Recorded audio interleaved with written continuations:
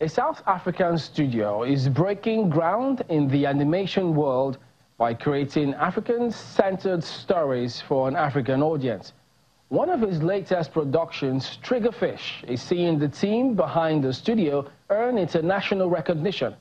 Take a look. Day after day, Dad, you teach me to look after myself. Adventures of Zambezia is an animation adventure film lauded by critics for being among the best South African animation films ever created. The film, released in 2012, was made and produced by Triggerfish Animation Studios and went on to make over $34 million on the international scene.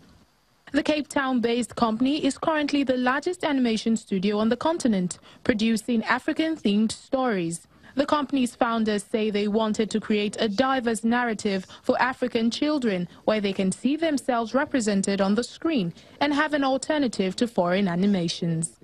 A lot of the content we do get that does get produced in this medium is very Eurocentric and quite Western, and I think there's definitely a big value in diversifying that content in this industry. And also there's a lot of Afrocentric stories that can be told and that can really give productions a very high value. With many accolades, including a 2018 Academy Award nomination for Best Short Film and numerous South African film awards, Triggerfish is now at the forefront of the industry. I think animation is the kind of grandest type of storytelling, so you can do anything. It's whatever you can imagine you can create, and you can use metaphor and talking animals, and there's just it's a great way to communicate because you can bring across stories that can't be told in any other way. The makers of the movie are also looking to train young creative minds who may not have the means to follow a career path in animation. Triggerfish have been going for quite a while.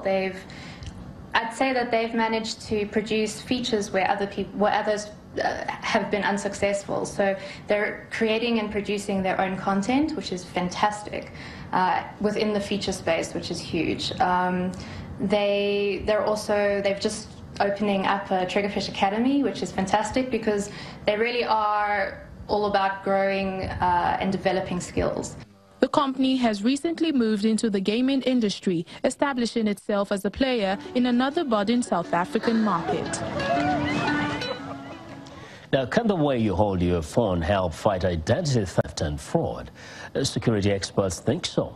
Biometric security measures like fingerprint readers have become more common in fighting fraud, but another layer of defense involves passive biometrics, like the angle at which a smartphone is held. Tina Train reports. Smartphones make it easier than ever to buy on the fly. But how do online stores know it's really you making those purchases?